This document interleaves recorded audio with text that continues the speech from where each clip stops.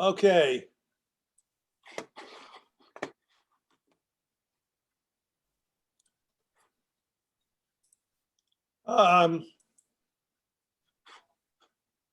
We're all set. I'll open this meeting of the Wellfleet Planning Board. Anything on first on the agenda? Any announcements, open session, and public comment? Nope. Seeing none. David Rao, you on? No, not yet. No. So that phone in the bottom right-hand corner is still somebody else, right? It's me, Kathy. Yes. Okay, very good.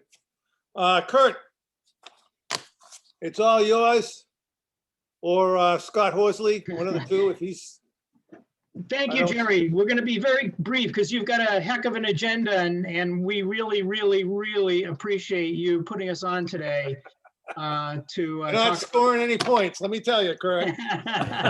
Well, we've got to do this for town meeting and we appreciate it. It's Okay. important. So anyway, I'm going to turn this over to Scott. I've actually also got to jump over to the Board of Selectmen. They've got something else I got to deal with this evening as well. Scott's pared this presentation down significantly, really to focus on just what the warrant articles are and get the planning boards either thumbs up or thumbs down in support. Clearly, the planning board does have a very big role ultimately in what happens or certainly all of this goes together in terms of what happens in the town of Wellfleet. And we're hoping that you would consider voting to recommend these three articles. And Scott's got a brief presentation to show how they fit with the overall watershed plan that we've been working on. And with that, I'll turn it right over to Scott. Okay, Kurt and Scott, just to give you a heads up. Yeah, I've got to get these two public hearings done tonight. Yep. I just don't want to carry them forward any longer. So what I'm planning is have Scott, and I understand you have to leave, have Scott make the presentation and basically let the planning board think about it until the 23rd. Our next meeting's on the 23rd. Since it's not going to be in the warrant written, it'll be an oral vote anyway. Yep. I'll take that vote on the 23rd. So put it on your calendar and just check in on the 23rd, but that's when I will continue this for the vote on the 23rd. Sounds great. Okay? Perfect. Yep. Good. Okay, Enjoy and the selectmen's meeting, Kurt. Scott. yes, can you see my slide? Okay, Mr. I can Chairman. see your All slide. right, I'm gonna be very brief. I have 7 slides. I think I can do it in 5 minutes, okay? So I've been working on this plan with Kurt and the wastewater committee that's now called the Clean Water Advisory Committee for a little over a year. And these are the goals of the plan. And it's more than compliance with the Clean Water Act, which I think we all know now is something we got to deal with, all 15 towns on the Cape. But this plan is designed to get quicker results, meaning if we can implement some of these things, we might see results in the first year or two. This plan focuses on so-called non-traditional solutions rather than a town-wide sewer, which I'll get to a little bit later. I believe this plan significantly reduces the cost of compliance. Really interesting part of this project for me has been to make the linkage with the affordable housing group in town. I've been working with Gary Sorkin and others on the 95 Lawrence project. And as you'll see, we may not have time to get into it tonight, but there's a number of linkages here that I think this plan can do two things at the same time. It can provide more housing and it can provide water quality restoration. And then of course, local co-benefits, jobs, obviously part of this is shellfishing industry. And we have to be mindful of these climate change impacts, which are affecting all of us. So this is a quick, only 7 slides. I'll do this really quickly. This is kind of a graphic, geographic graphic of the plan. And very quickly, it includes some restoration project like Mayo Creek down here, Herring River. The town can get credits for those projects once they're built, and we do some monitoring. We have a so-called permeable reactive barrier project planned for Commercial Street, right along Duck Creek here. The town has completed an engineering study of the transfer station, and that has shown that that will satisfy Mass DEP as a wastewater treatment plant if in fact the town ever decides to go that direction. So what we're proposing here again is a non-traditional plan, but DEP requires a backup plan as a traditional plan, so we have that. And part of that traditional plans includes downtown sewers. As I think you all know, the town has hired a couple firms, Woodard and Curran, as well as environmental partners in the past. They've identified some sewering areas. Those are in our plan as backup plans and possibly be implemented over the 30-year period that the plan articulates. And here's the 95 Lawrence project and the sewer shed for that area. Again, I think you know about that, so I don't need to speak about that. The plan also includes some stormwater projects. As I think many of you know, DOT is currently looking at a pretty big project out at the intersection of Main Street and Route 6. We're working with them to try to make that project include some upgrades for water quality as well. This is a focus downtown, which really gets to the three articles that we really want to present tonight. Obviously, this, I think you know the geography here. This is Duck Creek, the Cove, Town Pier. Each one of these dots on this plan represents a septic system. Generally speaking, the bigger the dot, the bigger the flow. This is obviously the town center. Groundwater flow in this area is from northwest to southeast towards Duck Creek. So you can see we've got this PRB, or permeable reactive barrier plant, which essentially is a subsurface filter that would intercept the groundwater. They built one of these in Eastham recently. I was on the phone with them yesterday. It's going very well. They built one in Orleans. That's going very well. They built a couple of them in Falmouth, and those are going well as well. So this is the same kind of technology. Here's the 95 Lawrence project, again, pretty close in proximity. And the real focus of the plan, as you'll see in a second, is these innovative and alternative septic system upgrades, a new generation of septic systems that actually work and I believe are affordable. So let me just touch on that quickly. As I think most of you know, a standard Title V septic system involves a septic tank and a leach field. What we're doing in this case is placing a magic box, if you will, in the middle, a concrete chamber again in this case, filled with wood chips, which amazingly is incredibly cheap, but it's a carbon source for the bacteria. And the data is showing about a 90% removal rate, 80 to 90% removal rate of nitrogen. There's also an aeration chamber. There are two commercial technologies doing this, and there's a couple of non-proprietary technologies, 3 or 4 overall. We refer to these enhanced INA technologies. You can see, again, 75, 90%, very similar treatment results as a centralized wastewater plant, but for significantly less cost. Oops, sorry. So here's a quick cost comparison. Now, these are capital costs, but I think it really is helpful. On the left is the plan we're recommending, the non-traditional plan, but it does include some sewering at 95 Lawrence. It includes a whole bunch of these innovative and alternative septic systems. And again, this is over a 30-year period. These numbers are in dollars, millions of dollars over that 30-year period. You can see the totals up between 30 and $60 million for the non-traditional plan.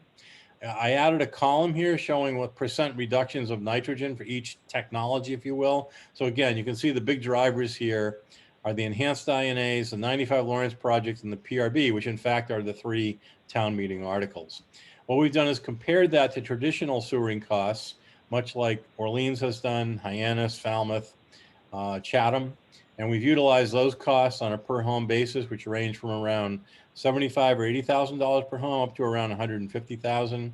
When you calculate that out, if you use that technology to solve the entire problem in Wellfleet, you end up in the area of these numbers, $150 to $200 million over that 30-year period. And then again, just same thing, but we're high. These are the 3 articles at town meeting. And as everybody knows, the town meeting got changed up a little bit. We actually had a bigger proposal for articles coming from the wastewater committee, but they've been reduced now to much less amount of dollars and only these 3 technologies to get going on. One of the things I'll just quickly say is every Title V system that goes in, whether it's a new home, retrofit, additional expansion, frankly, it's going to become a sunk cost, meaning that system's going to have to come out again at some point, probably, and either go to enhanced INA or to a sewer connection. So the plan here is to try to stop putting those in and start funding these programs as well. And that's all I got. I promise you it would be brief. Kurt, do you want to add anything quickly? You have What to is unmute. Kurt? Or questions? There you Yeah, go. just if the planning board has questions, I would, Sure. want to hear what they have to, what concerns they may have. Sure. Why don't I take a couple of questions, Okay. Mr. Parent? Planning board members? This is David. I have a question about your thoughts about funding. Yes. So there are many, many different funding sources. The most common ones are the State Revolving Fund, SRF. All of the things on this list are SRF financeable, just like a wastewater treatment plant. Same interest rates, same program, same time span. So it's equally funded under SRF. In addition to that, there are many grant programs. Kurt and I and others worked on a grant for 95 Lawrence, which I think just went in a day or two ago. Thanks to Becky Slick, who did a great job helping out the new assistant town administrator. So there's a number of grant programs in addition to the SRF program. And of course, there's the short-term rental program that I know has been in Wellfleet is being looked at for affordable housing, but it's possible that those funds could be shared because, as I said, our plan is to promote affordable housing by using these innovative and alternative septic. So I think we can work with the Affordable Housing Group to maybe access some of that money. And then there's the Cape and Islands Water Trust Fund, which will provide anywhere between 25 and 50% forgiveness of the SRF grants, which is essentially, the SRF loans, which essentially becomes a grant. So these numbers at the bottom, another way of saying that, these numbers at the bottom, what have I got here? 30 to 60 million. 25% of that can be a grant through the Cape and Islands Trust Fund once we get this plan filed and once we get this plan approved. And then there's other grant programs as well as the SRF financing. So there's a lot of potential financing and grants out there. I just touched on a couple of them. There are many more, and we've been talking quite a bit about that. Great, And- thanks. I and got David, one other question, Jerry. Is this enhanced INA category, does this essentially mean this would pay or to retrofit every septic system in Wellfleet? The way we have this designed, I have some slides in here, which I was holding for Q&A. So we've been talking with the Board of Health, and the plan that we're proposing is one that would be least painful, meaning that we're knocking on people. The plan is not to knock on people's doors and say, hey, you got to do this in the next week or the next month. Instead, the plan is through a health regulation such as this, we wait until homeowners come to the Board of Health asking for a permit for either an upgrade, a new home, an expansion, or repair. And in that case, the idea would be the town would provide a grant of $12,500, which is the approximate cost of the treatment tank. That does not include installation, does not include landscaping, but our theory is that that's going to be done anyways. And so the idea would be to implement this over time, over 30 years. We've been talking a lot with Hillary Lemos about the number of septics that are coming in every year, which is between 40 and 60 for upgrades, new construction, expansion, et cetera. So the idea would be to tie it to that. So it would almost be more on a volunteer incentive basis with homeowners rather than a requirement. Hopefully that answers the question. Yeah, it does. And the volunteering, I would think, would be could be substantial if the financing is attractive and if the education and communication is sufficient to explain all this to the community. There could be more people than you might think who would go for it. Exactly. And we had a very good discussion with the Cape and Islands Realtors the day before yesterday. It was yesterday. With a number of realtors in town to talk about this and try to do this on an incentive basis. So I agree with you. We need to do a lot of outreach on this, but I think it's going to be an approach that is acceptable to people. And again, this 12,500 number, again, the average cost of a conventional sewer is between 75 and 150,000, according to the 3 or 4 towns who are going through that process right now. So this is a pretty significant cost savings. Any other planning board member? I have a question of the time frame for doing this requires that it be voted on at town meeting. And then how long is it going to take before it's accessible to a homeowner? Well, that's the idea of this town meeting later this month, to get it started. And I believe what's been asked for, again, is pared down significantly from the original request. What we're asking for now is enough money to get this program started. I believe there would be enough money in there to fund these septic system upgrades for about a year. And it would also provide some money to get the permeable reactive barrier design done, not construction, but design. And similarly, it would provide enough money to get the design and permitting done for the 95 Lawrence project. So really what's on the warrant for this town meeting is those three items. We will clearly be back in the fall with a fuller program for the whole 30 years and look at that with all the financing I talked about in grant programs. But right now, the focus is really just getting this thing kickstarted and get those three critical projects off the ground. The cost Any back other to the planning board town member? would be? Question, Scott. I see the allowance down at the bottom. Oh, sorry. That's all right. There was an allowance down at the bottom for an additional bedroom Yeah.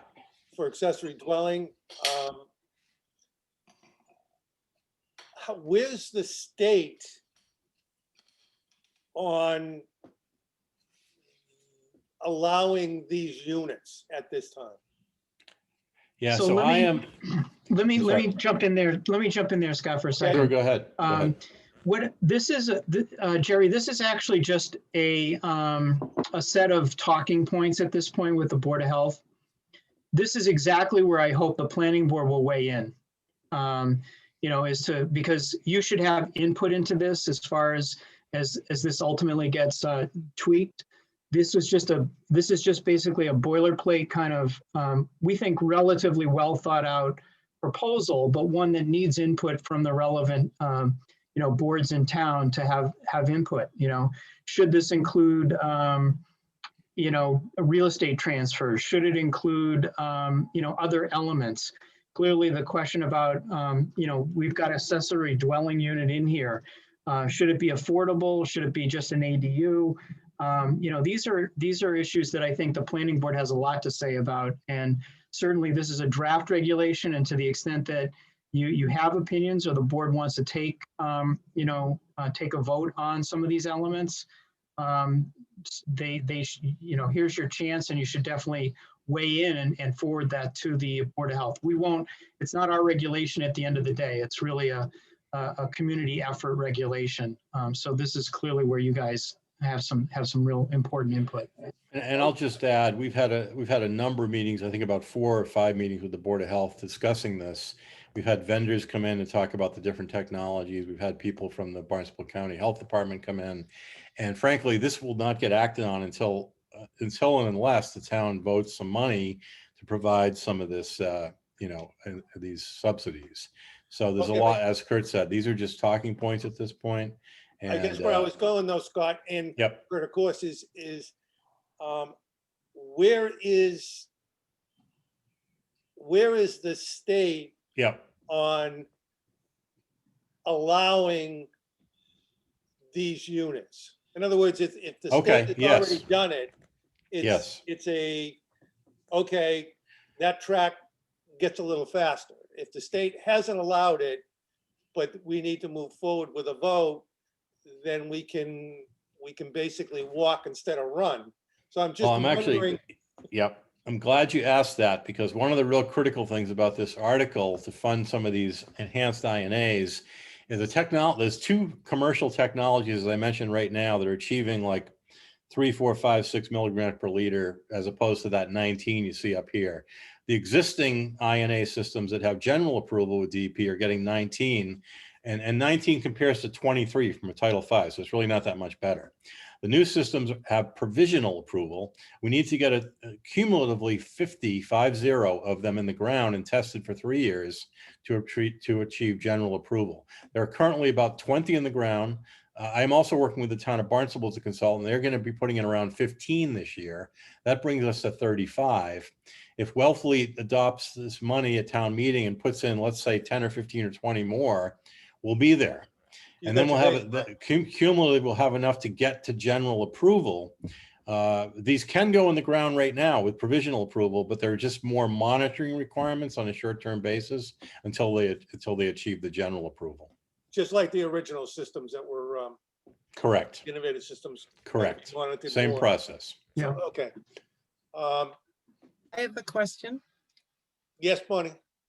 Yeah, so since you're asking for feedback about the actual wording of the proposed regulation, we've had a lot of, as you know, we're in the middle of debating a bylaw on accessory dwelling units where we do not demand that it is affordable, but we do demand, but the bylaw does require that it be year round.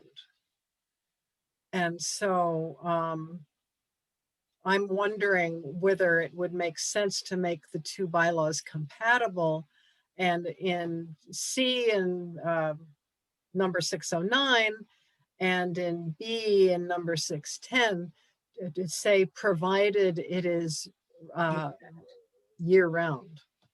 And that might replace, provided it is affordable. Yes, It exactly. would It be would provided it is year replace round. provided it is affordable. Thanks, Beth. Good point, Bonnie.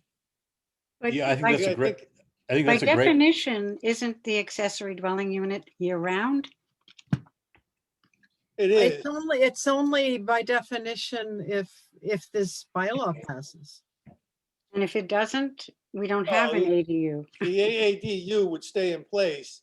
Didn't mean to interrupt, but the AADU, if the article fails, would stay in place. The AADU is year round. So, but I'm not too sure, based on the information that, and I do understand, gentlemen, that I have put a time limit on you. This may need to be revisited on the 23rd, but trying to change our zoning bylaws based on what this is potentially can happen, I think is a little premature first. I think we need to move forward with to see what the 50 results is going to be. But I think we have to, I don't think we want to mix all of this in at this moment in time, because if it doesn't happen, we've got a problem on our hands. We've created an additional layer of bureaucracy. So I'm inclined initially, Bonnie, not to, and I think it's too late anyway to incorporate that into any of those bylaws. Oh, and Jerry, it I seems think to me it's that if certainly we got to did be looked at. I'm talking about Because- this regulation. I'll just say that again, this is a draft. Yep. I think we'd want to coordinate. I think your point about making it consistent with the other bylaw makes all kinds of sense. We would want to do that for sure. But I think, it's down the road. We certainly want to talk to you. Maybe, have a joint workshop maybe between the Board of Health and the Planning Board. And we have time, because this doesn't really have anything to do with the warrant article per se. Right. Okay. If the warrant article moves forward, then the Board of Health can consider this regulation in full. And certainly we'd want to get your input. Right, because we have to, and to Scott's point, a joint meeting, and I'm sure Kurt was going to jump in the same thing, a joint meeting with Board of Health is probably extremely beneficial, because we have to be careful, both boards, Planning Board and Board of Health, is they can't step on planning or zoning bylaws. We can't really step on health regulations, but there's certain things both of us can do concurrently to achieve the same purpose. Amen. Yep. But the nice thing about this is if this goes through at town meeting and we get, let's just say 15 of these new systems put in Wellfleet, we get to the 50, that gives us a lot of benefit and experience right there. And then if it's all green lights after that, and we're going to do the whole town, then that's a whole other thing that is essentially phase 2 in my mind. Phase 1 is, do we want to give this a try and be part of the first 50 on the Cape or not? Yeah, I see it, David. Our Kurt and Scott, I'm going to take a vote on the 23rd of June.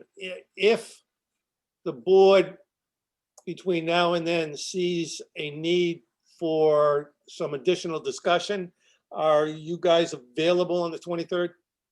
Yes. Yep, Yes. be happy to come back, yeah. Okay, And also, Jerry, one other quick thing. Could we get whatever possible material they can send us prior to the 23rd? More is better in my view. Yeah, we can send you a copy of this slideshow, which actually includes about 25 slides and summarizes the whole program. We didn't get to that tonight. We certainly can make that available. all right, I'm more concerned, I'd like to see anything more in the written, like proposed health regulations, that kind of Sure. stuff. That Yep. would be more helpful. Great. Okay. All right, gentlemen, I hate to cut you short, but I got to get to No, the rest of it. Thank you Thank very you. much. I Jerry, thank you really very much. appreciate it. Thank you, and I'll be in touch before that 23rd meeting. Thank you, Thank you. planning board. Have a great evening. Thank you.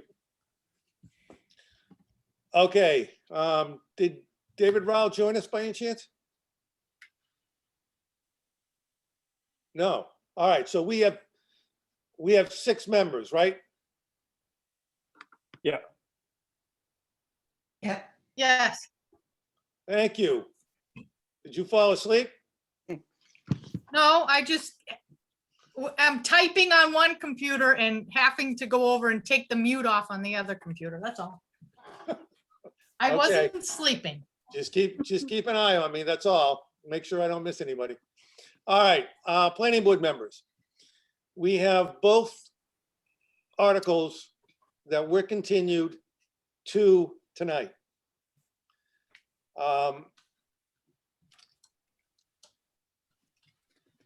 I have closed the open meeting part of the public hearing to the audience as of last week, last meeting, which brings us basically to discussion among planning board members only. However, if a question arises during planning board discussion that we need input from somebody that may be here, Elaine, Sharon, I think Sharon was here at one moment. We can ask for that input. It doesn't open the door to the entire general public. And just I'm letting the general public know that, and I'm letting the planning board know that. We can ask questions if necessary to specific individuals during our deliberation, but that does not allow general input from everybody to even comment on that. So I want you all to be aware of that. So Jerry, does that also limit our resources from speaking other than when they are asked a question? Yes, they basically, Beth, have, when you say our resources, I need a little clarification. I mean, the people we might ask questions of No, the people that. as a the people- resource? Yeah, the people that we ask questions of can answer the questions that members present through the chair. Okay. However, Open dialogue. yes, however, it does not give that individual the rights to just barge into our discussion without having a question. Does that help you, Beth? Thank you. Yeah, thank you for that clarification. Okay.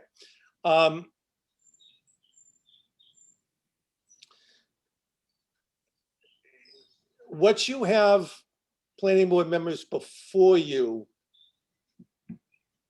is an updated selectman article, select board article with changes, a few changes that were made from the request we made from town council on the two articles.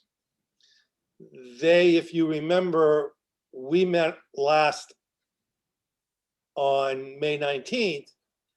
They were meeting on the 20th and was supposed to get their input on the 20th to us on Friday. That did not happen. The information did not come in until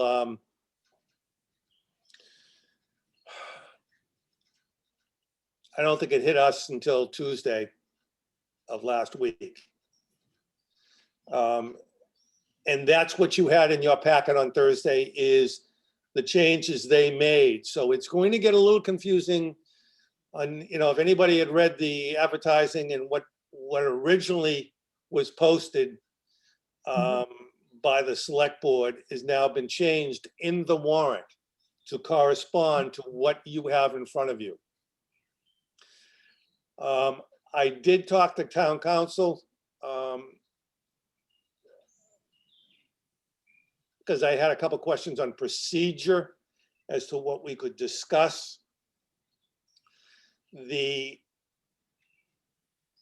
petitioned article is rather simple in nature, and I mean no disrespect to the petitioners, but that is a petitioned article is we don't touch. We don't make recommendations. It's either an up or down vote or no vote at all. In the case of selectmen, they do not follow the petition article rules and regulations. They do have the right at a duly agended meeting with appropriate notice to discuss changes to the article before it goes on the warrant generally after we hear it. In this case, we're still hearing it, but they still made the changes without our input. We can't address some of those changes by town council. So we need to make a recommendation for both articles. And we have to keep in mind that you have the ability to come up with some recommendations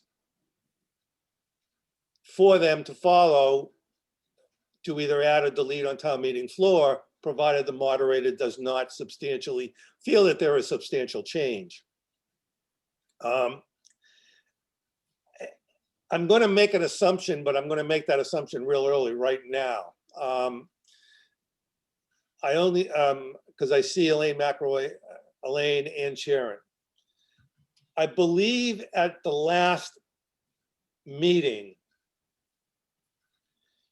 it was put forward by the chair of the select board that they were going to, and in fact did, place the select board's warrant article first, which that is now number 45.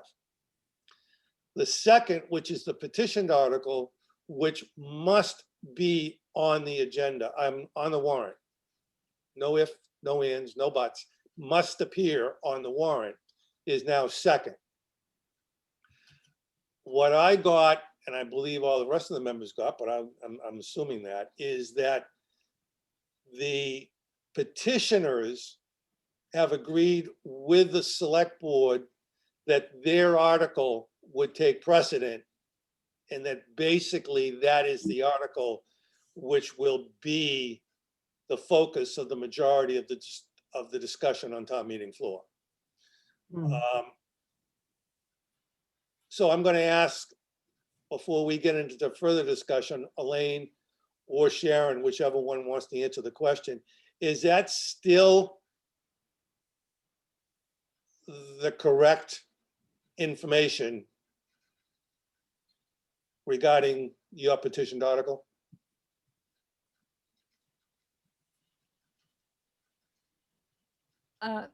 Jerry, this is Elaine. Yes, Elaine, I'm going to let Sharon handle this if she's available. she is. Yeah. Hi. Hi. Yes, so the select board article is to be considered first, and the petitioners are happy to let their article be withdrawn. It should number 45 be passed. Is that your question? That's my question, Sharon. Okay. Okay, all right. Without, I'm trying to expedite, without minimizing the petitioned article, I'd like to take the discussion and the vote on the petitioned article first. And my reasoning for that is that I think, again, with all due respect, Sharon and Elaine, basically, it's an up or down on the select board's article. If it passes, it passes. You're gonna just pull out and say, okay, we're gonna definitely postpone. If it fails, you're probably gonna have to make a consideration is, okay, if it failed, why would they pass our article? Why even discuss it?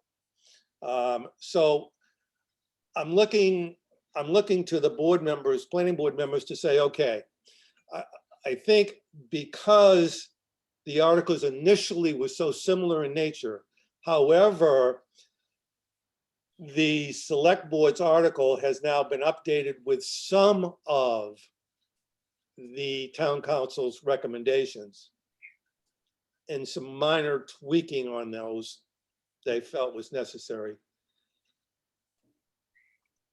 I'm not even getting into Helen's rebuttal on some of the items. I would like to see if we can at least start out discussing whether or not we want to recommend, not recommend, or no recommendation on the petitioned article and sort of put that to rest and move on to the next article where the discussion I think is going to happen. Does any planning board members have a problem with that? Or have they got any input on that? No, that's fine with me. Fine with me, yeah. Bonnie? Yeah. Okay. Alfred?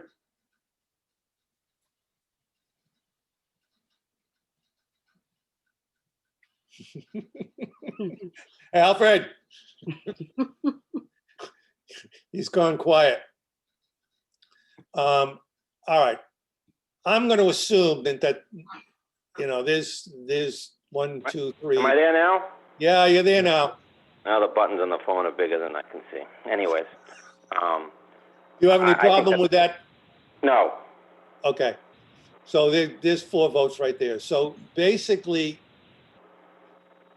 discussion, I'll make a motion. I'll make a motion all right, that we give no recommendation. okay, On the That we're there, petition. depending on where this goes, they have the same right as anybody else. yes. No recommendation on what? On the On the petition article. petition. Okay, On the petitioned article by the housing. yeah, okay. Okay, I'll second that. it's been moved and seconded. Any discussion by planning board members?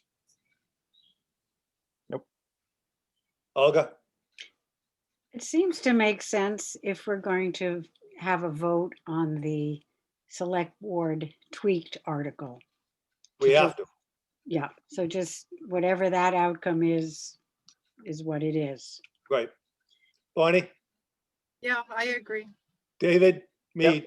Yep, I agree. Alfred made it. Beth seconded it. I agree. All right. Could I ask if Elaine or Sharon has any input on that? If it concerns them that we say no recommendation. Anyone want to answer? I have no problem with that. Okay, good. We can't recommend both. So Right. thank you, Sharon. Okay. All right. Any further think that- discussion? I think that's better than a no vote. I do too. Yep. It's a middle ground. Yep. Okay, seeing no further discussion. All those in favor of the motion? Aye. Put it this way. Aye. Okay. Is there anyone opposed? Seeing none, hearing none, that's 6-0. in favor of no recommendation. Okay, that's done.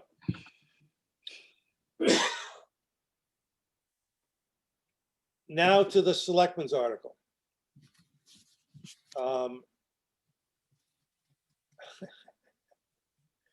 And I'm gonna see if I can focus it to what was in your packets with the changes. Mhm. And I'll probably hear from Helen. But I'm feeling at this point, For a meeting. Helen's points are Helen's points. The Board of Selectmen have, as a majority, taken a vote, made the changes and placed them on the warrant. So they are, I do not know, quite honestly, board members, what the vote was. I don't know whether it was 5-0. I don't know whether it was 4-1. I know Helen wasn't happy and walked out of the meeting right after the vote was taken. But, so I'm assuming it was 4-1. It carried. So I think for discussion purposes, if we stick to that warrant article as it appears in the warrant, I think it will make it easier for us, number one, and number two, I think the voters will be able to follow a little bit easier, not introducing the two, what was originally advertised, because that's sort of over the hump right now. Yeah. What is on the warrant and what our vote is on that particular item. I think that's all we can do. We can't go backwards. Right, and I believe that's the case, Beth, yes. Yeah, I Just think that move makes forward. sense, Jerry. I Yes. support that. All right, so does any planning board member want to lead off as to Article 45 as it appears on the warrant, which is the selectmen's article, with the changes that they have adopted, which a few of the changes which they've adopted? Jerry, I'll give a start on it if I could, because I don't know if I'll make it through the whole meeting, so. I would appreciate that, David, because I know you took some notes. So the bottom line is I've reached the point where I would recommend that we vote to recommend the article for approval at town meeting with concerns expressed in our report that can accompany the vote. We can do a report that says, these are some areas that concern us. My basic reason for that is, at least for me, many of the concerns, I don't know which, a majority, maybe not, but many of the concerns that we have addressed in prior meetings were addressed decently enough by town council's comments, and a number of those were, not all, but most were incorporated into the select board's version. So some of the concerns, well, it doesn't make some of the larger things about by right versus special permit go away, but some of the concerns that I have had and we've talked about are removed. And so I believe that we ought to support this, get it going, in a sense, like any bylaw always is in a way, test it for 1 year. And if there are changes that need to be made based on a year's experience or based on something we think should be changed now, we then work on that as a planning board for the 2022 town meeting. And lastly, I'll say what I said before. I don't think in this regard, because this is something in the right direction despite flaws, that we should make the perfect the enemy of the good. So that's kind of my reasons for moving forward with this, knowing full well that there are things that are probably problematic that we'd like to fix. Jerry, Beth, could I ask David to turn that into a motion? Because I think it should be a motion that we can all react to. Well, he's just making a comment. He's making a comment, but he's making an impassioned comment that could be a motion.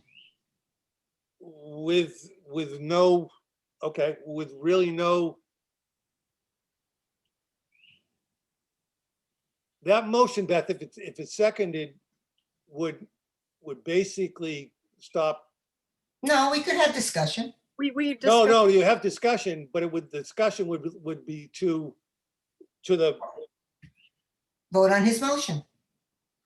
right, rather than to hear from all the members as to what their problems might be. Well, I'm just trying to be concise.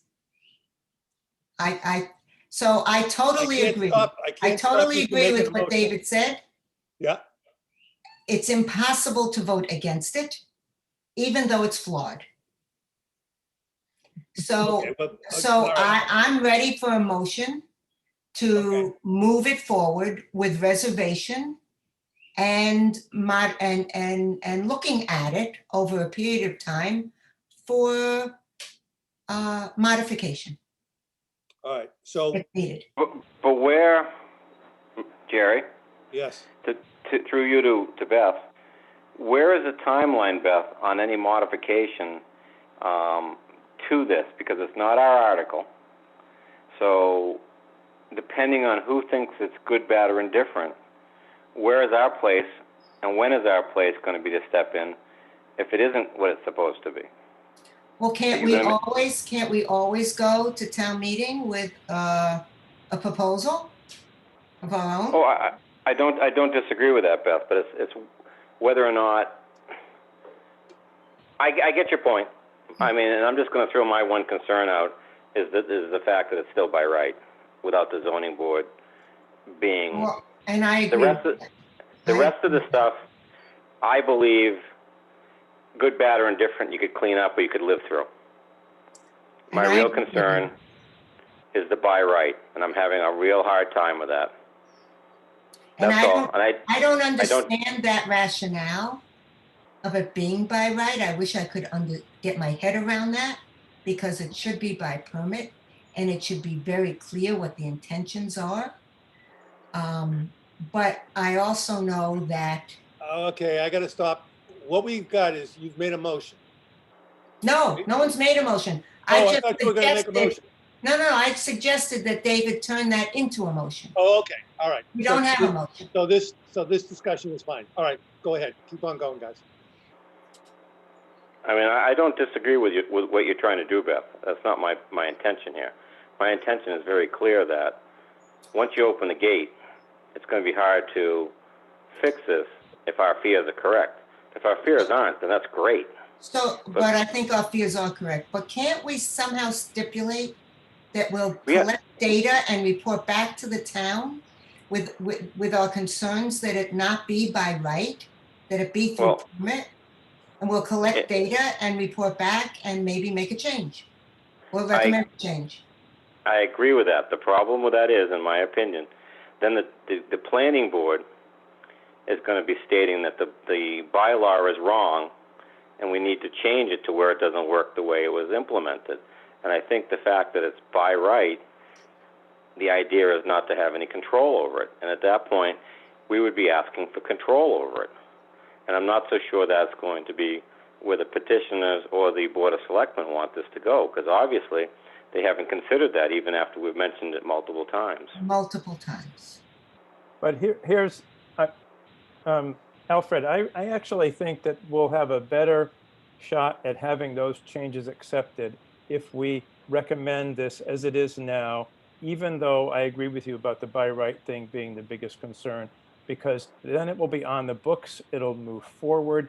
It's hard for me to believe there's going to be a huge amount of damage or massive problems in 1 year. And I, with Beth, think that we could, whether it's about by right or something else that comes up, no one's even thought of, that 6 months into the year or so, we can work on some modifications to this bylaw. I mean, I don't have a problem with the first one being by right. It's the fact there's no cap on it. That's my concern. I mean, I would certainly, if the Board of Selectmen told me that it was going to be the first one by right, and then after that, I would have stopped arguing with this in the beginning. I wouldn't have listened to the Board of Health. You mean one ADU per property by right and any more by permit? Is that what you're saying? Absolutely. Okay, I so would have that's a stopped modification. any argument then. That's a Yeah, modification that I we think could they put in all later. should be by permit. Well, it's, okay, I'm gonna jump in here, because first, here's my problem, Beth, with that. And I guess maybe because I've been around so long. As a planning board member, the job is to do the best interest in the town of Wellfleet for everybody. Sometimes they're not gonna like what we do. Sometimes they are.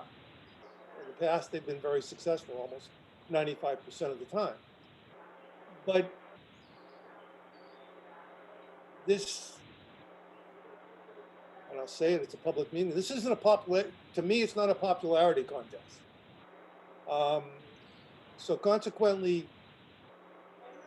when this was being done, a lot of us, not only planning board members, but I think housing authority and select board, when planning board and I, you had questions and I sent it up to town council, and town council came back with information that we never even thought of or knew about. Specifically the size of structures and what the state had passed last year. My concerns are that there are certain things that the town moderator can allow on town meeting floor to change, but there are certain things that he definitely cannot and will not allow to be changed because they're too substantial. Right, and this is one of them. Well, that's one of them, but before you even get by the first sentence in the selectman's article, it is to delete the AADU bylaw. So I'm looking at the entire picture and saying, okay, I see all the members' points. Well, we can go in and correct. We can. But my concerns are that once, and I know they probably maybe are only my concerns, and some people are not as concerned. We have 17 special permits that have been granted for AADUs. Forget whether or not those units are in the pipeline or have fallen by the wayside. There's still 17 special permits recorded at the Registry of Deeds on ADUs in the town of Wellfleet.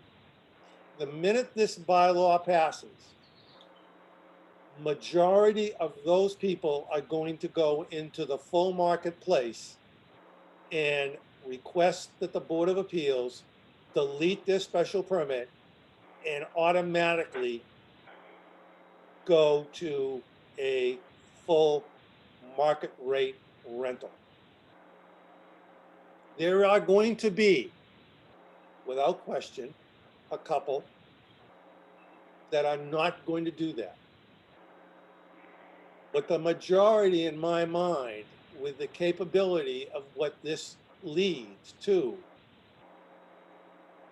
is going to allow those individuals with a stroke of a pen to delete their special permits and go to by right.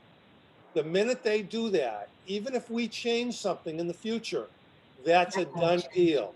You can't reverse it. They are now non-conforming uses the minute that bylaw goes into effect and they change. So there's the first problem I have. Well, that's a rock and a hard place. So that's the first one. The second one is that it is not by special permit, it's by right. The building inspector has surprised the hell out of me, quite honestly. I don't know how many others members he's surprised, but when he was asked the question by Alfred at the last meeting about a special permit, he said verbatim, I think it should be by special permit. Right. It creates too many problems. So the first is we're going to lose the AADUs forever. Can't change them, can't pull them back. Now, they can certainly, as I know, one individual sitting on our board will probably stay with it and get the tax aspect of it, but the majority of them won't. So we lose the AADUs. to full market rate. Where do those people go? If they're having a hard time meeting the current AAUD income, how are they going to afford a jump of $300, $400, $500 a month? Because this isn't restricted to Wellfleet people. This is restricted to anybody that wants to be on a year-round basis from anywhere. So they can come in from everywhere. So my problem is losing the AADU. My problem is that it's not a special permit. My problem is that it's by right. My problem is when the state, when town council came in and said, listen, the state said that an accessory dwelling can be up to 900 square feet if placed in a primary use, or 50% of the floor area, whichever is less. So if you've got a primary residence that's got 1,800 square feet, the maximum they can do is 900, the maximum they go is 900. If you've got a 1,200 square foot cottage and you've got enough land on that, you can build and add to that unit another 1,200 square foot unit right now, by right, no neighbor notified. So basically you established a duplex in the town of Wellfleet. Whereas if we had incorporated the state's regulations, the maximum that unit would have been 600 square feet. I do not know why the petition, well, I know why. Petition people didn't know about it.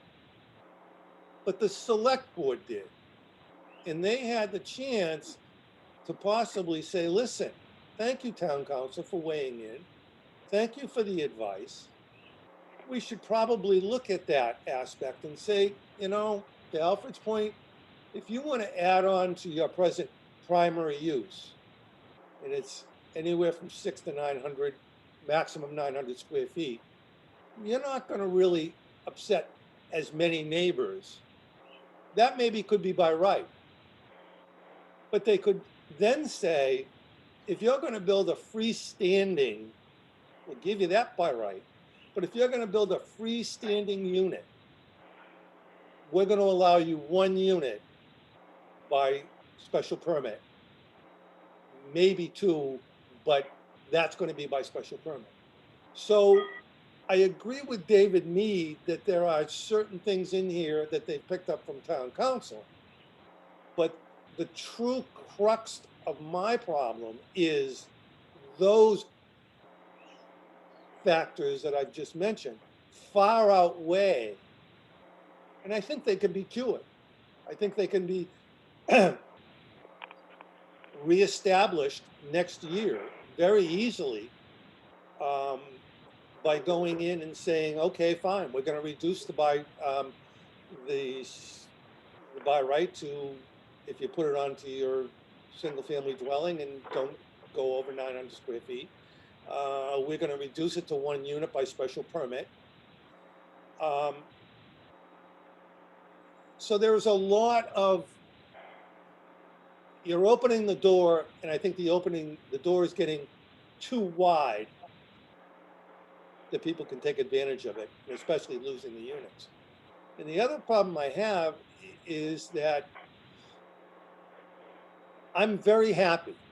And one of the reasons why I thought I encouraged and walked the Housing Authority and those individuals that did the petitioned article that started this, I was very happy when that got filed because I knew it had to get to town meeting floor.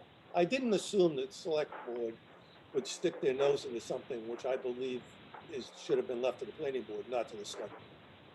But the affordable housing people that got this together, I think, even with some of the problems that it has, a number of problems it has, it did something for the planning board.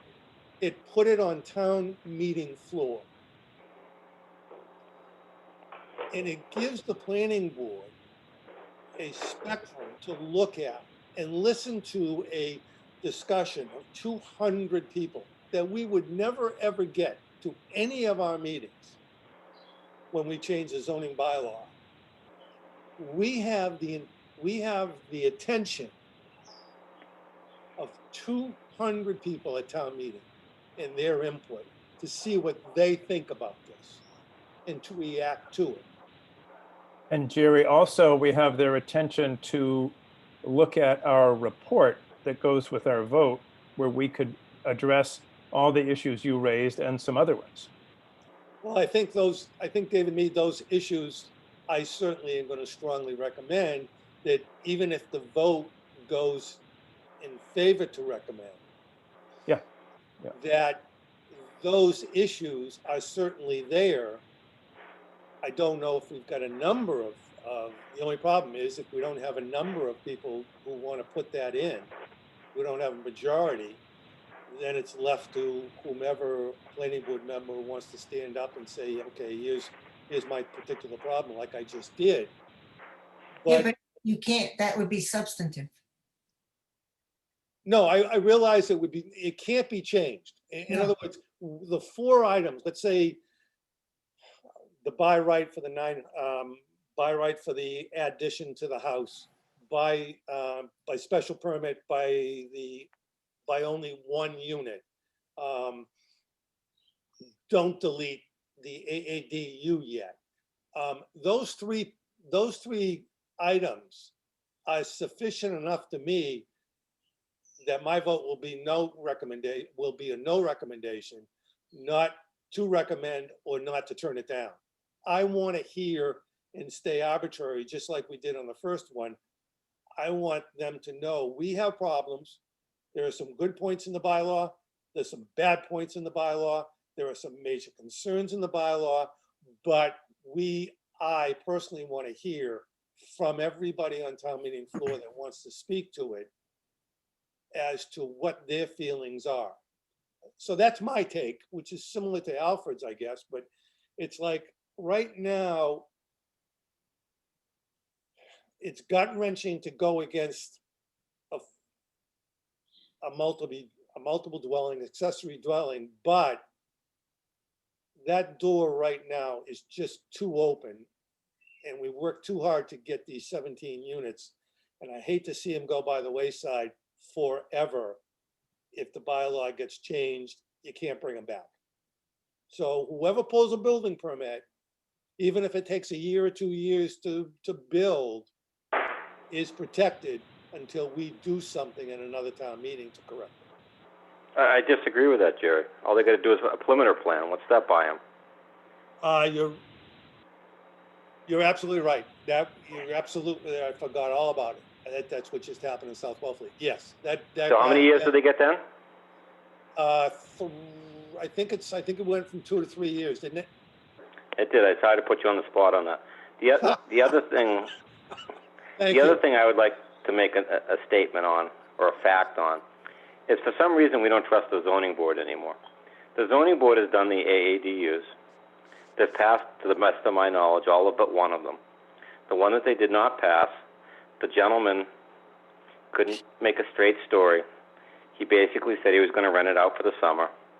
And at that point, they saw through the smoke screen and they denied him. But the zoning board, to the best of my knowledge, has approved the rest of them. I sat at the meeting for the one with the smoke screen, and I'm like, you got to be kidding me. I mean, the board's trying to tell him what to say, and he still couldn't get it right, so they denied him. So, I mean, I think my real, and this is my last statement in this thing, my real concern is, 3-4 by rights is not what the community is going to be able to absorb. And I hope that I'm way out of line in thinking that could happen. So I'm going to pose this question to and I don't want to monopolize this conversation, but I got to ask a couple of questions. Part of this selectman's article, as well as the other article, but selectman's article is the one we're talking about, is the allowing of an owner to use the ADU, so long as they rent it on a year-round basis, and free up the house for rental. Oh, that's what they're gonna do. And that, so what's gonna happen is Mr. and Mrs. Smith is gonna say, we're using the ADU. They're gonna rent the 3-bedroom house at summer rentals at $2,500-$3,500 a week. $4 grand, $5 grand. $30,000 more, depending on where it is. If it's a water view or near the water, God knows what it's gonna be. They're gonna live in for the summer. They'll move back in the house in the fall, and they'll take a family member and say, listen, we're gonna have you have a private house. You're gonna use, because you're part of the family, you're gonna use the ADU, and we'll live in the house, and we just put $35,000 in our pocket. What did that accomplish for accessory dwelling units for market value houses? And that's what's going on. And that's gonna continue, And Beth. it will continue more so. And, you know, a lot of people that have larger houses, that can say, listen, I can live in a smaller house during the summertime, but I can bring in a lot more income. I don't want to deal with tenants on a year-round basis. There's a major loophole. Another loophole is that they pull a permit for an accessory dwelling as a garage by right, get the permit, finish it, turn around, by right, go in, now they're 10 feet off the back lot line, and they convert it into a ADU. No special permit, it's limited. So Can I ask there, a question? and I hate to be, I've I hate to be my developer, but that's what we're supposed to do, is we're supposed to say, we don't want to play nice, we want to think about what the general public can do. And, you know, I love the presentation of Kurt's potential septic situations in the future. But in 1985, we stopped all of them additional units. Took it right out of our zoning in every single district, because the town of Wellfleet did not want more septic problems, and they wanted less housing. I know things have changed. I know this critical concern. COVID has caused a lot of problems, but I see too many loopholes that need to be plugged by the planning board, who would vet this kind of thing thoroughly, that takes the time. And I knew when I mentioned it to Sharon and I mentioned it to Elaine, that along with the board's input, we were never going to get to the point of getting a bylaw on this meeting, because it was going to be the 6th of June. We weren't going to get to the point that they did. They could do it a lot faster. Because of the fact we would vent it, and we would vent it again, and we would vent it again. And it wouldn't, some of these changes the Board of Selectmen, and this is made, they didn't even initiate. We initiated by getting town council to voice their opinion. They didn't even send it up to town council. So the procedure, to me, not the petition article. They did their job according to Hoyle. The selectmen didn't do their job as thoroughly as it should have. So now I'm going to say, okay, David, we heard from you. Beth, I think that Bonnie, you had your hand up, and I'm not sure Olga did. I know Bonnie did. Yeah, I'd like to hear from Elaine or Sharon about the reasoning behind the decision to make it by right, because my understanding was that they did this because they felt that the special permit posed an obstacle to getting some year-round rentals. But I would like to hear from them. I'd like to hear their arguments just much more completely for why the decision was made to make this by right and not by special permit. Okay, that's Before you certainly, open that's it, certainly Jerry, why we keep it open to them. Bonnie. So I'm gonna ask, because it goes through the chair, Elaine or Sharon, which one want to answer? Sharon? Okay, So in doing research about accessory dwelling units across the country, and including in many places where there's a high rate of tourism, a high rate of Airbnb, and many other issues that are similar to ours, although some of these places admittedly are more urban.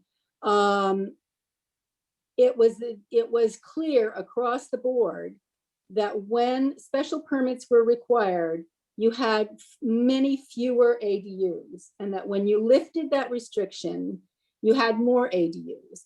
And when you had less ADUs, what you ended up with were more unregistered accessory apartments, what we might call illegal. It was true across the board in many, many places in the West, in Texas. And I know we're not those places, but this has been the experience. And that when the special permit was gone away, then you got more permitted ADU and But you less don't know that illegal apartments. Beth, But is there follow-up to know over time whether those are still legitimate ADU Absolutely. rentals? Or are they Absolutely. in name only and people are doing unusual or off the books kinds of things? Can I answer? Yeah. yes, go ahead. In general, the research shows that many people created an ADU, and if it was legal for it to be Airbnb, they did that for a few years to help them pay off the cost. And then they turned it over to friends and family. And that most of the ADUs that were built in these places were built with the intention of housing family and friends in need. Yes, will there be cheaters? There will always be cheaters. But in general, the experience was positive. Well, I can answer that. I'll further answer that question, Bonnie, a little bit, pick it up from Sharon, is that may be the case in other towns and other cities, but Wellfleet is historically completely different. If you look at our schedule of uses table, there is very, very little by right on that schedule. You can't open a retail location without a special permit. Most towns say if you're in a commercial district, it's by right. We don't. I think to Alfred's point, where 18 people applied, one person shot themselves in the foot and the other 17 were granted the permit, goes to show that the Board of Appeals is really as concerned about these kind of things as everyone, and goes out of their way to approve them, but approve them with at least the abutters having some input as to where it goes on the property, the size it goes on the property, and do notice as to what's going on. Now, I can't answer Sharon's question because obviously she's got more input on that particular issue than I do across the country. But we have a tremendous amount of smaller lots. We have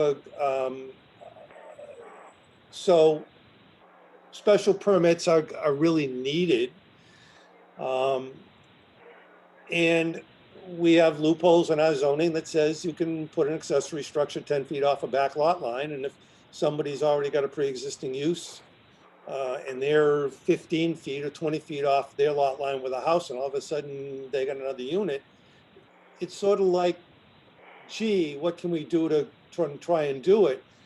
It appears that if 18 people applied, one person didn't get the permit, no neighbors appealed and won any of those other 17 special permits and went along with them. But they just probably appreciated the fact, at least they were notified accordingly.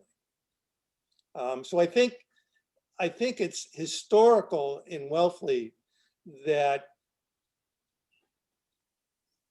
we're sometimes hit with more problems on by right stuff than we are by special permit stuff. So And Jerry, I'd like that, I guess I lied. I'm going to go one more time if I can, Jerry. Yes, go ahead. In order to do a special permit application for an AADU, it costs you $90. The exact same paperwork that you need for a building permit is what you need to fill out the form for the AADU. The building department will help you fill it out. You do not need counsel. If you go with a plan and you've talked to your neighbors ahead of time with their concerns addressed, this is where the problem is. If your neighbors have concerns, I think that we're afraid that that's why we're not going to get it. But the zoning board has taken that in and made it work. That's the only difference. This is not a big expense. I've listened to people tell me you need a lawyer, you need an engineer, you need all this stuff to do an AADU. You need all those plans to get a building permit, whether it's an ADU, a single-family home, a multi-family home. So it's not a big deal, in my opinion, to get the paperwork that's necessary to do a special permit. So don't think that this special permit application is going to cost somebody a fortune. It hasn't to this date. I represented 3 different people who went for a case of beer. I probably shouldn't say that, but that's how simple this is. Because in the beginning, I thought it was a good idea. Thank you. I'll go. I was just going to call on you anyway. You're quiet. Yeah, I would add that it takes time for a zoning board of appeals, and if you want to get this going, they can postpone meetings. It's just, there is that time issue. And I guess sometimes Right. people think they will need a lawyer because of setback issues or whatever, that they want someone to speak for them. So it does begin to accrue. Time is money and lawyers cost money. Yeah, but And you're Olga, absolutely right. I mean, if the attorney bill or the bill could be from what Alfred just said, $100 to $2,000 without a blink of an eye, if it's, 1 or 2 hearings. On the flip side, with construction costs today, what it's going to cost to do these units, what the building inspector said he's going to require as far as fire suppression, what he's going to call for fire walls in buildings, $1,500 to $2,000, never mind the upgrade of a septic system, is really not big dollars. It may take 30, 45 days, but the Board of Appeals is not overwhelmed at this point. And I think they're going to see or would see the need and therefore not postpone it to put stumbling blocks in there, simply to say, okay, we're gonna oversee it. I went into the zoning board, the building inspector, on an AADU that ran out because it wasn't constructed. I asked what I needed to do because nobody asked for continuance or a extension on the permit. It was on Monday. They told me if I had the stuff in on Thursday, I would be on the next agenda. $95. Now, I agree with Olga. You need a lawyer if you've got setback issues and stuff. But setback issues aren't going to go away if it's by right or with a special permit. A setback issue is still a setback issue. So I don't see where a setback issue is going to slow this down, whether it's by right or with a special permit. It's still a setback issue. Unless I'm confused in that manner. No, I'm a little, Alfred, I gotta say, I'm a little confused with the wording on what you can do with pre-existing non-conforming structures and whether they've waived one and said if it's not more non-conforming, it puts more pressure on the building inspector to have to make a decision, and I think in a lot of these cases, he's gonna cover himself and kick it right up to the Board of Appeals anyway, and he's been doing that. So you're gonna end up at the zoning board for one thing or the other, no matter what, if there's a setback issue. Right. Yeah. But there are many people that are not going to spend a lot of money and just change a 3-bedroom to a 2-bedroom unit and a 1-bedroom unit. And that's not, the neighbors are not going to notice it. And we want to be able to promote that. Well, The neighbors aren't going to be able to notice that. You've gone from having 2 cars to 6 cars. Not necessarily. You can have 10 people living in one house. I mean, Yes, but as soon as you create the kitchen, Olga, the zoning board says, the book says how many parking spaces you have to have. That's been my whole problem with this. Not the parking, it's the fact that each level in the book is not looked at. If you have a single-family home, you have to have 2 parking spaces. If you create another unit, you have to create more units.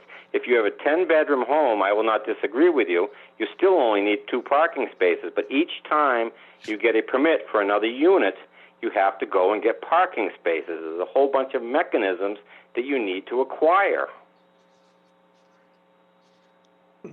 and, you know, Algar, I see your point where if they are going to take 3-bedroom house and make it 2 bedrooms in the primary and add 1 bedroom, it's still a use and occupancy problem. We come back to the same Board of Health. The Board of Health at this present time is supposed to make them upgrade to Title V, which is a costly upgrade on that system, if they can even do it.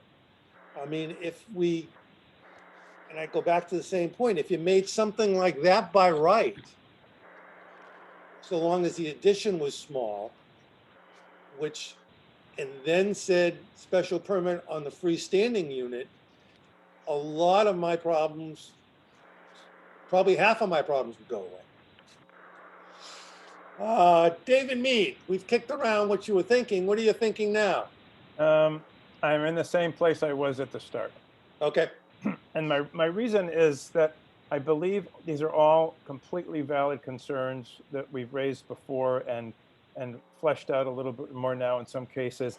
But I think in a way that gives me even more confidence that we can come up with modifications. If this passes, we can see what happens for a year. If some of our worst fears come to pass, it's hard for me to believe there are going to be a lot of them in a relatively short period of time. And by having this bylaw in effect, we may learn some things that no one's even thought of. And then we do a thorough modification, the by right issue, the AADU issue. We do the whole shooting match based on the experience of the first attempt at this particular change, and we modify it and make it better. But if you take that premise, and those, let's say, out of the 17 units that are ADUs, let's say 10 of them go to ADUs. Even if we change the bylaw next year, those units never have to go back. Never have to go back. The door was open, wide open. You killed that article. If it was left in place and this was passed, at least you'd have a chance to say, okay, fine. They couldn't switch because it was a special permit for both. But the thing is, I get your point completely, but if we, the problem with sufficient number of AADUs in my mind is nothing that we've really said so far. The problem is it doesn't pay financially for most people. They're going to figure out something. They're never going to do it in the first place because they want to do weekly rentals, or they're going to do this new ADU if it passes, or whatever they're going to do. The solution in my mind to AADU in numbers is some brand new and sufficiently attractive financial incentives to make it worth it, to make basically if it was equal to market rate rentals, because you got sufficient tax breaks, other benefits, this doesn't exist now, I realize, but you can't expect the motivation for, the much greater motivation and benefit from market rate rentals to go away. You're right, but we can create a AADU, I believe, that would be sufficiently attractive financially so that more people would do them. But I don't know for sure. That's something we'd have to work on. Okay. Bonnie, I saw your hand first. Yeah, I'm gonna agree with David's stance on this. I mean, I think that we should approve this. Part of, even though I agree it would be better to have it by special permit, I think that would be better. But I also, I mean, similar bylaws have passed in other towns without the kind of doomsday scenarios that people are, have in their heads about what'll happen. The floodgates will open, or there'll be floods of ADUs that are turned into Airbnbs. We have good testimony that that is not what has happened. And so I think that David's right. We can pass this. I think there should be, but that's not our decision. But I think coupling this bylaw with some incentives, like the incentives proposed for the alternative reducing nitrogen systems that the wastewater guys had, and in fact, I mean, if there were political will in the town to provide incentives for year-round rental housing, having that coupled with this bylaw might actually make a difference. And we all know that we are in a dire emergency. We really have to do something. And I think I want the planning board to do our part. Beth, I have struggled with this now for weeks because it's against my grain to vote against it. Because it's against my grain to vote against anything that supports additional housing in Wellfleet. However, I've also been unable to support such a flawed proposal.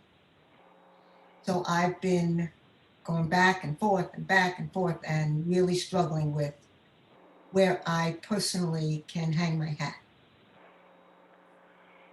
Could we agree to commit ourselves as a planning board to a 2022 town meeting ADU proposal that includes what we know it should be and not recommend either existing proposal because both have flaws? And I only say that as a compromise if we are willing to take it on and do it the right way and then let the town decide. I could meet you halfway. I mean, I can meet you a little bit more than halfway. I can see a no recommendation vote. That gives me the ability to hear what town meeting floor has to say right up front when I present the bylaw, or the recommendation of the vote, is to say, listen, we want to hear, because this is a major change to the way Wellfleet's going to look. Potentially. I think with the fact that town council has weighed in initially and come up with things that we had not thought of before. I again went in tonight just before the meeting and I looked at the AADU and I was very, very surprised that there is in fact a bylaw that's been in existence for years upon years that doesn't need a heck of a lot of tweaking, that could be written fairly easily, that works. So I think the planning board, I don't see anything else on the horizon. Who knows what's going to come up, but I don't see anything on the horizon that the planning board could not gear up to as far as getting a bylaw based on what's been inputted, if they were to turn it down on town meeting floor. But I think we would have a much, if we said we were going to do that and the vote was no recommendation to see what input they had, we have a huge jump on knowing where the board, I'm sorry, where the election would go, because they gave their input at town meeting. That we Except- don't get. Jerry, except if we recommend, regardless of how we vote, we can still get input from at town meeting, and we can still submit our report and our list of concerns and things that we think need to be done to improve this. We can still do all that stuff no matter how we vote, right? You're absolutely right. I just can't, and I'll be in the minority, it doesn't matter.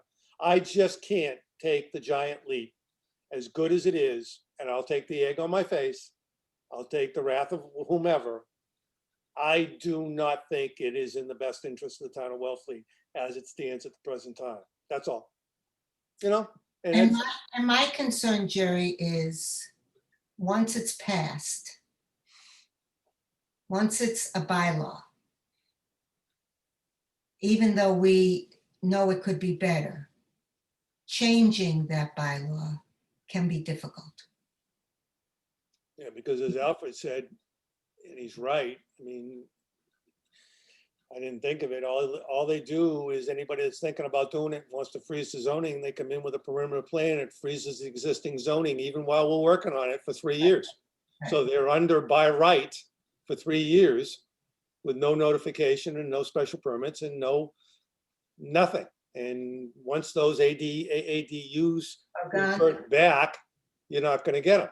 And right now, at least we've got a little bit of ability to say, okay, come back into the fold. We've got the assistant TA in place to monitor this thing now correctly, and you're gonna be reeled back in.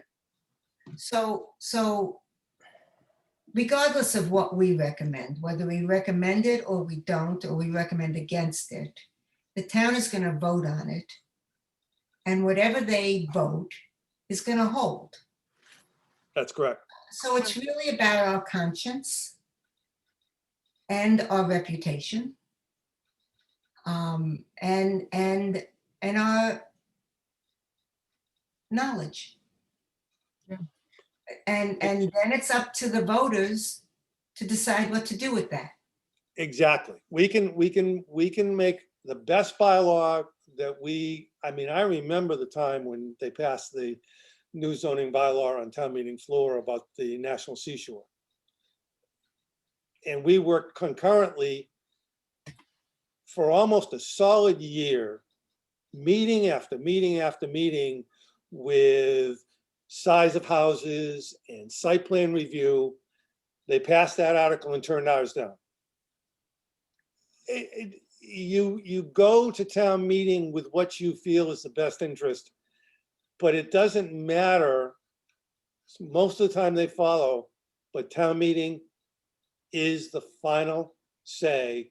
They either vote it in or vote it down. And most everybody doesn't hold grudges. Thank you very much. Thank you for your opinion, but we wanted it. Even though you didn't, that's the way it goes. That's an election. So let's just say the voters adopt the proposal, the select proposal.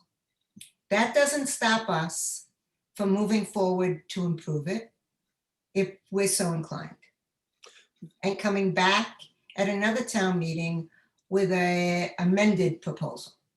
That's correct. I think, however, and I'm just going to throw this out to board members with some past experience, is if you had, as town council said, if in fact a bylaw said that by right, you could only increase the existing dwelling for an ADU by 50% with a maximum of 900. Because the state of Massachusetts passed that, that bylaw as it stands would only need a 50% majority vote on town meeting floor.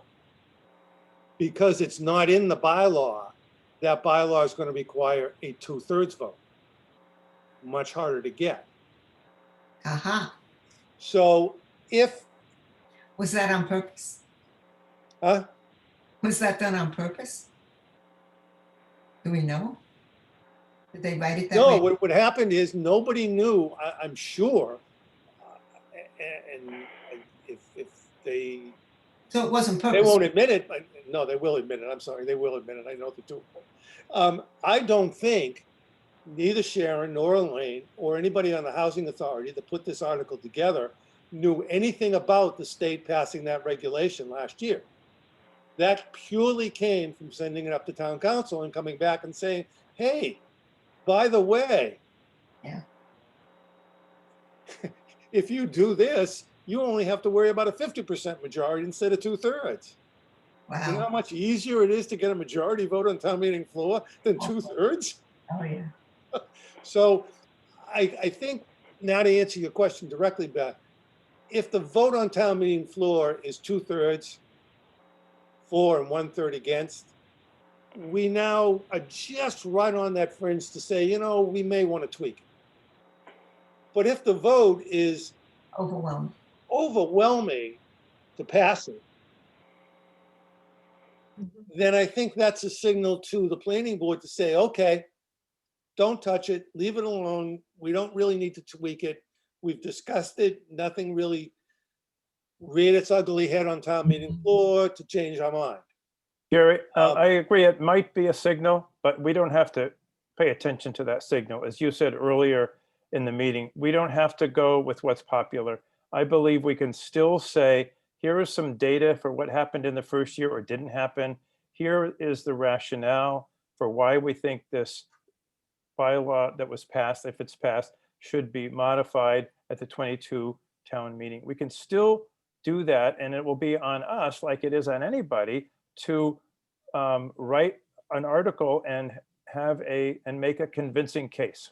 I agree with you, David. I agree with that. That's all. That reasoning, I don't necessarily, not necessarily, I just don't agree with the open door policy. Okay, How about a motion? all right. How about a motion? Okay, I'm gonna make a motion. I make a motion that we recommend the updated select board article for approval at town meeting with our concerns and recommendations expressed in our report accompanying our vote. And that is the Article 45 that you had in your packet tonight. Correct, yep. I just want to make, Yep. there's so much floating around. I just want to make sure, David. That's a good idea, yeah. Okay. That's been moved. Any second? I'll second it. Whoops. Olga seconded. Olga. Discussion. I'm not going to belabor my vote. I already know where I'm going to go. So, you know, Olga? I think this is an article that its time has come. We can't wait. And I want to see it get on the floor. It has enough protection in it for the environment. We are not the enforcers of it. So that's not our issue. It's the issue of the town administration. And the fact that every year people have to certify what's going on is another protection. If they're cheaters, I think they will be found out. So I think it's worth doing, and that we have ways to tweak it in the future if we watch what's happening closely. And it seems to be our aim to do that. Okay. Anyone else? All right. I'm gonna, one more time. Any other discussion? It's been moved and seconded. No further discussion. All those in favor? Aye. Aye. All those opposed? No. 3. It's a split. It goes Well, that's nowhere. just what We report. And you Right. know where David's gonna be. Can we have a special meeting with all members present just to vote? We can. I'm gonna, I don't usually make motions. I'm gonna try something. Just try it. If you don't, I will. Okay. I'll take the lead on this one. So it's like, if it's on my face, it's on my face. It's 3-3 members, okay? The vote is 3-3, so it goes nowhere. If we do what Beth just said, and we go and put it on the 23rd, for example, I think, without saying aloud, I think all the members, all 6 members right now know where David Rowell's gonna go. So it's gonna lose. So I'm gonna try something before it loses. Because I really don't want to see it lose. I'm gonna make a motion that we make no recommendation on town meeting floor. Still write whatever we want for bullets. But that way, we at least stay neutral and don't defeat it and don't have a tie. I'll second that motion. Moved in second. Any discussion? And I'm going to give you all a moment to digest that. I'm gonna ask the question very clearly. We're voting not to recommend, but we are gonna send a recommendation. Right. I didn't say that correctly. We're voting not to recommend, but we're gonna send a letter of our concerns. A report. Yes. We're going to make a report at the 23rd meeting. Yeah, we'll develop that and put it It's a together. report. Yes. It's a report, not a, okay. We'll That's fine. all vote on. Yeah. In essence, the choice for members is that this will ultimately not be recommended, that the planning board will not make a recommendation to adopt this bylaw, or the planning board will make no recommendation. And our Those are the motion was top. no recommendation, rather than getting it turned down. Or having a tie vote. I'll call the question. Well, wait a minute, can you hold that for just a second? Or, Yeah, you win. Olga, I would like to let the town see that this is a 3-3 decision and not, I think it is peculiar to say we have no recommendation. I think we have very strong feelings about this bylaw, and I think it will be the people reading this will be confused. But the, And- but the decision still will be that the planning board does not recommend. No, it won't go to, it will not 3-3. go there because we did not have a vote passed. You didn't didn't have to vote to vote. recommend, right? There's no recommendation, no nothing. At least if you take the vote, there is a vote not to recommend. Probably, I'm just gonna say probably 4-2. But that's a vote, 4-2. If you have no recommendation because it was a 3-3 vote, it's a tie. Didn't go anywhere. So it's the same, in essence, the same thing, unless the next meeting, David comes up and says, I want to bring this up again, but I get it on there again, and we open it up. I'm gonna close the hearing, so that's not gonna happen. So I think a 4-2 vote not to recommend is better than just a no vote, because it's 3-3. Same thing, no recommendation. There's no weight either way there, Olga. Am I missing something? Yeah, I think you're it says that the majority do not want to recommend this.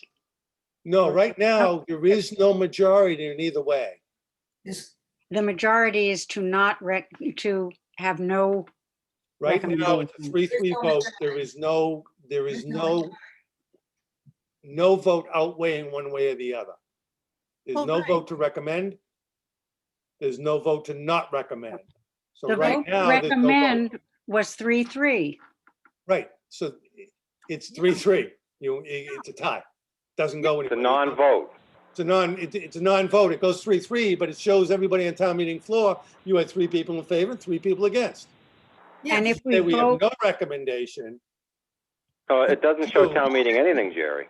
yeah, based on the reasons why, all I said is I'm gonna try it. If you don't like it, then it goes in under 3-3. I have no, quite honestly, I have no problem. How does it go in under 3-3, Jerry? We moved a question. We had a movement. We had it seconded. It No. failed. Yeah, it failed. It failed. It Unless failed. I'm incorrect. It failed because we did not have a majority vote. It didn't have a majority vote. It failed. So the report would be the So we planning, cannot send. Hold on a second. We cannot send a motion on that because it never passed. That's right. No motion. Is that correct? So Yeah. that motion failed. the vote to recommend was 3-3. so the It vote failed. failed. It failed. I think there's 3-3 is a failure. subtlety there. No, 3-3 is a failure. And what do we report to town meeting? No The vote. vote We was had a tie. 3-3. That we had a tie vote, That's so right. therefore there was no recommendation. Okay, but at least a tie vote is what the town meeting hears, as opposed to we have no recommendation. Yeah, I would prefer that. And you would, okay, but then you would vote against the motion.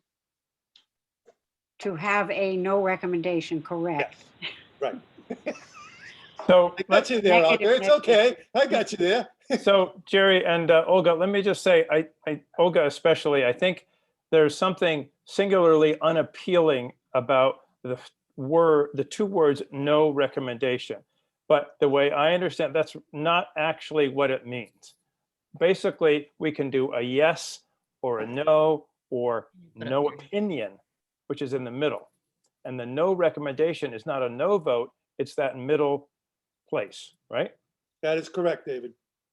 It's not saying no, we're turning it down. It's not saying yes, we're going up with it. We're saying we're basically having no recommendation. We want to hear what the town, this is so important. We want to hear what the town wants. The planning board. And do we needs to- vote, do we show what the vote was for no recommendation? Yeah, it would be if, the only way it's going to If pass, it wins, if it wins, the only way it's going to pass, Olga, is 4-2. Because if it's Mhm. 3-3, it fails. Doesn't exist. Kurt. No, wait a minute. I'm sorry. No, I can't open this up. It's already done. There's a motion. It Can I doesn't- just, I'm going to call the question again, Jerry. All right. can I just say something procedural? This is procedural, please. No. I know you don't want to open up, this isn't public comment. This is a procedural issue. And frankly, the issue here is you're taking a vote relative to recommending this particular article. It's not the same as passing a particular zoning regulation or planning board regulation. You are simply reporting out how you voted in a recommendation on an article. You can do 3-3 for one version or 3-3 for another version.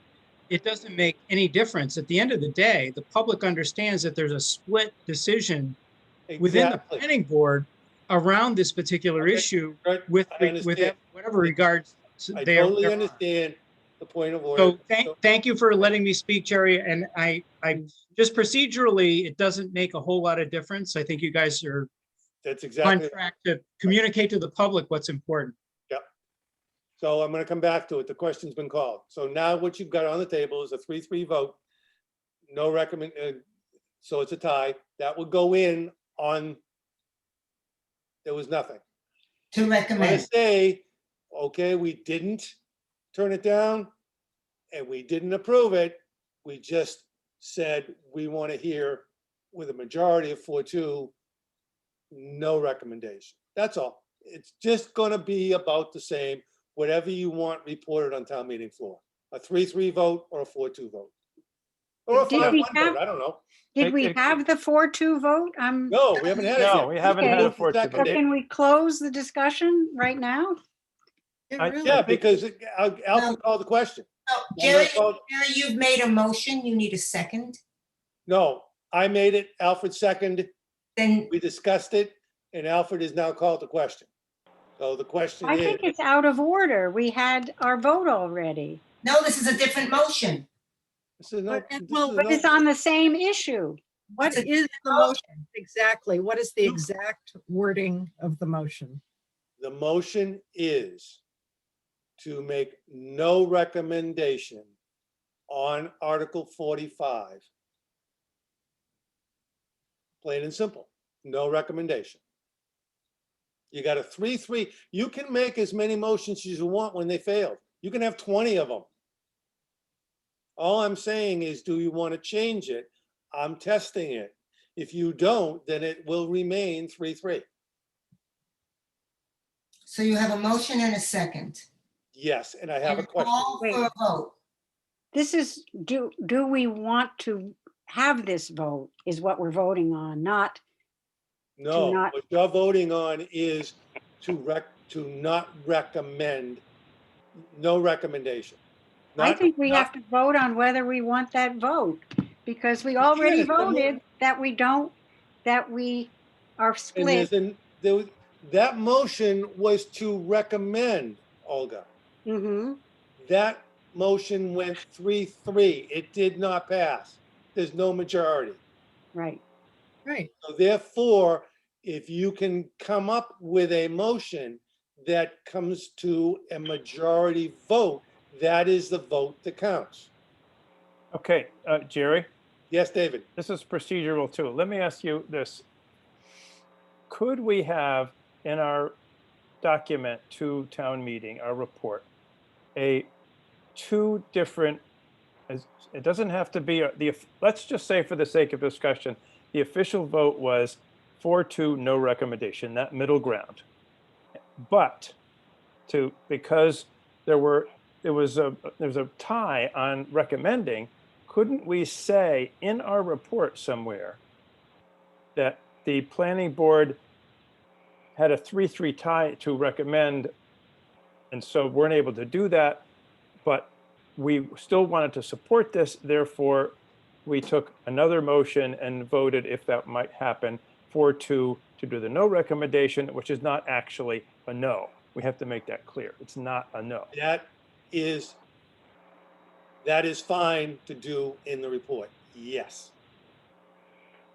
Or, That's one way, Olga, to have notification made about this, the 3-3 vote. or we could have everybody sit at the meeting and find out where we end up again. You know, it makes sense for the report to reflect how difficult this process has been for the planning board. Right. Because Right. we all want ADUs and we all see the limitations and flaws in this proposal. So a 3-3 vote would not be unusual when you have that kind of split in your attitudes towards this. Yeah, I think we have a report that explains the split. That's right. I mean, we are. So the question's been And that's called. it. That's what we. Question is, if you turn it down, then the vote remains 3-3, not a problem. I just tried something, that's all. So I'm gonna call the vote. All those in favor of making no recommendation, please say yes. Aye. Aye. Aye. There's 3. Anyone opposed? Opposed? There's 3-3. Yeah. So that's what's gonna, Report them both.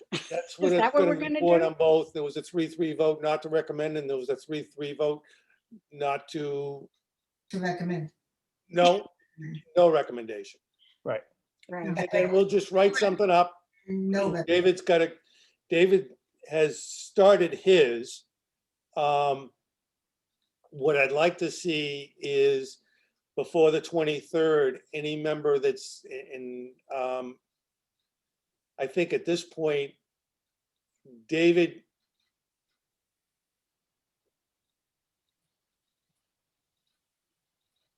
if any members has got input as to what they want that report to read or bullet points, get it in before the Thursday before the 23rd. Well, I'm sorry, I'm confused about how this report is getting written and who's. Okay, Bonnie, as per the last meeting, Oh, I was asked if I would take a shot at a first version of the report. oh, okay, And sorry. so I said yes, and I've been working on that. And so Jerry's simply saying, and I would appreciate it a lot, if anybody has any specific comments or points, technical or non-technical, please get it to me really, Okay. really soon, because I'd like to get it back out again, and maybe you and I worked on it too, Jerry, to the board in time to look at it before the meeting. Yes, but at this point, you need, please, don't get it to David directly. go through Right. it. Get it to Karen, and Karen will get it to David. Yeah, correct. It's Yep, got that's- to have that Yep, chain. yep. Please do that. That's Oh. exactly. Next time I say it, it won't be please. No, it's exactly. Get it through Karen. Wait, and if David has a draft, can we see it At a- before we at a- comment? At an open meeting. As long as it comes through Karen. Well, As no, long as it comes through deliberate on it. Karen, that is information that Karen has received that she can disperse to planning board members, yes. So it's So got to go through then you Karen. can't deliberate on it and send it back. Yeah, So if we get David's draft before the deadline for the packet for the next meeting, we can have a comment to Karen that then gets part of the packet. yes, but you But can't that has to converse. happen. Yeah, you can't converse about it. You can send them to Karen. So long as it goes through Karen. That has to happen quickly. So Yes, what I will do tonight is send this draft to Karen, asking her to send it to you. Oh, thank yes. And then what I would request is if you could get any comments back to me. Let me think of a date here. Today's the 8th, David. I Yeah. would say get them back to you by the 14th. Yeah, okay, that'll work. Work, okay? Yeah, no later than the 14th. Perfect. Olga? Do people know that that meeting night is the same night as the Wellfleet Candidates Forum? Is that pose a problem? What night? Well, okay. I'll go 23rd of take- June. I'm gonna ask you the question. Do you have a, I can't, we're running out of time before town meeting. So are you gonna go to candidates night and not come to planning board? No, but I would like to go to Candidates Night. Well,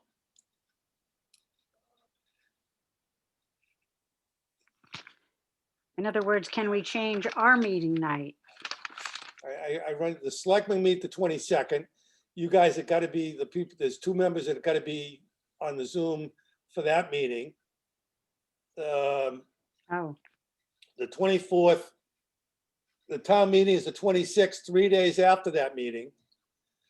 I don't think it gives David Mead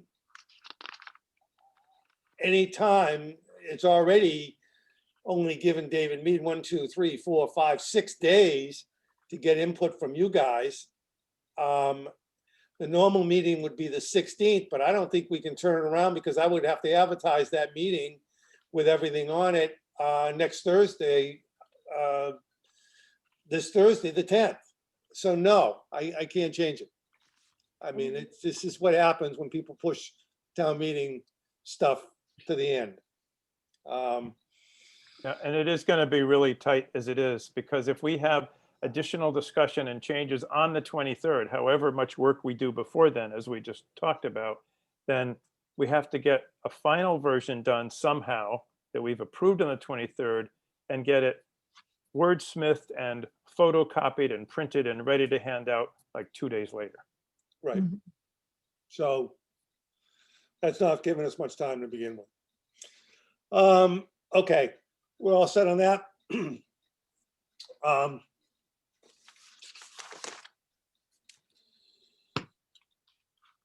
July meetings in August. We normally only meet once in July and once in August.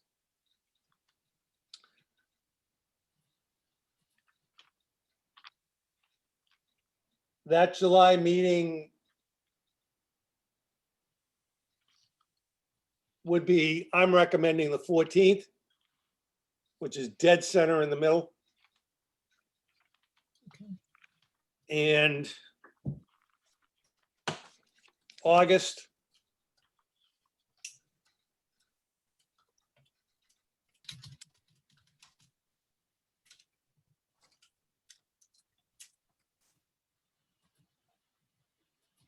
Eighteenth, Are those Wednesdays? yes, Yes, Yeah, works for me. works for me. okay. So the 14th and the 18th. Right. Now, we have AT&T Communication Tower special permit that I need to re-advertise that I'd like to have on the 14th. And we have the Rowell subdivision that is a definitive plan that has been filed that I have kind of continued because we had 90 days to look at it. I'd like to do both of those on the 14th to get them out of the way. Now, has the Rowell plan been in our packet? No, because I didn't see any reason to put it in the packet. It's been filed with the town clerk. It's in the office. I didn't see any reason to kick it out when I knew we weren't going to discuss it or even look at it until we scheduled a meeting.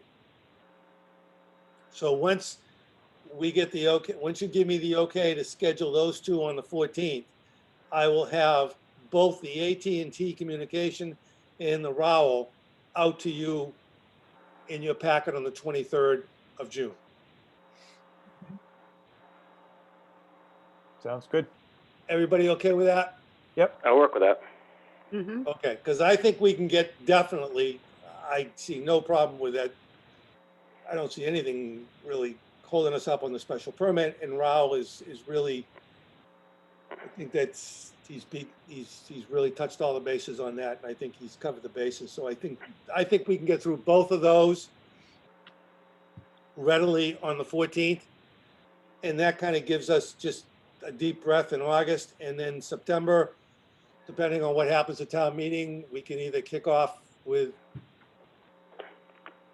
ADU or move on to a new subject. Because I'm sure. Sounds good. Just for clarification, is Yes. the AT&T a new tower or an additional to a tower? No, the AT&T, if you remember, Alfred, the AT&T is the telephone pole that is being replaced at Newcomb Hollow Beach,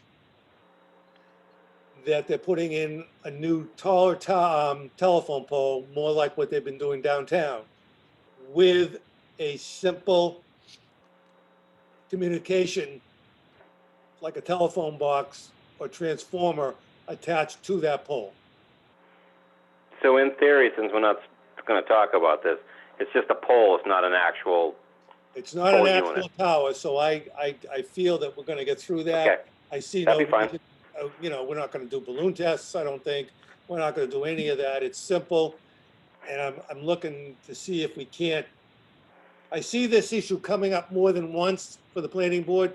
And I think unfortunately for the applicant, if we can walk through this one readily, we may wanna think about whether or not this qualifies as a communication tower or something else where the building inspector can handle it and we don't have to. Because I think this is going to be more of the norm for outlying districts, that this has been done across the country. So I think we can take a stab at this and see if we can't maybe simplify this type of structure. Okay. Okay? Good. Olga, I keep asking about this because I'm just curious about the company that's reporting on, I don't know the term, but consistencies in our bylaws and other town regulations or something like that. I think I'd like to know where that's at. And there are also little tweaks in the zoning bylaws that, I'd like to know where to make those suggestions, such as reference to professional men in in office, Okay, we where can't- do you go with that stuff? it's not on the agenda. All I can tell you is that I'm not, Karen, you're still there, right? Yes, All right. Do you know when Becky is formally going to be working in town hall? I believe July. Okay. So answer your question, Olga. Becky, which is the new assistant town administrator, And that It's- Becky, okay. yeah. It's Rebecca, but they've kind Yeah, of made an got agreement that the two of them. She is versed in Massachusetts planning boards. She's worked with the building inspector's office and she's also worked in planning. So I'm sure that I will gladly talk to the TA and talk to Charlie and say, okay, fine. Joe Powers, who had started this along with myself and Roger Putnam,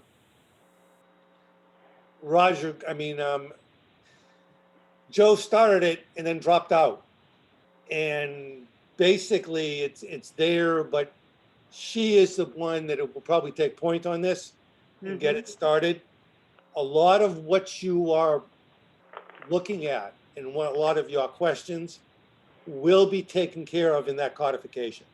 Codification. Okay, that's- So rather than, what I'm trying to avoid is trying, instead of nitpicking all of them, that's what they're set up to do in one major codification reorganization.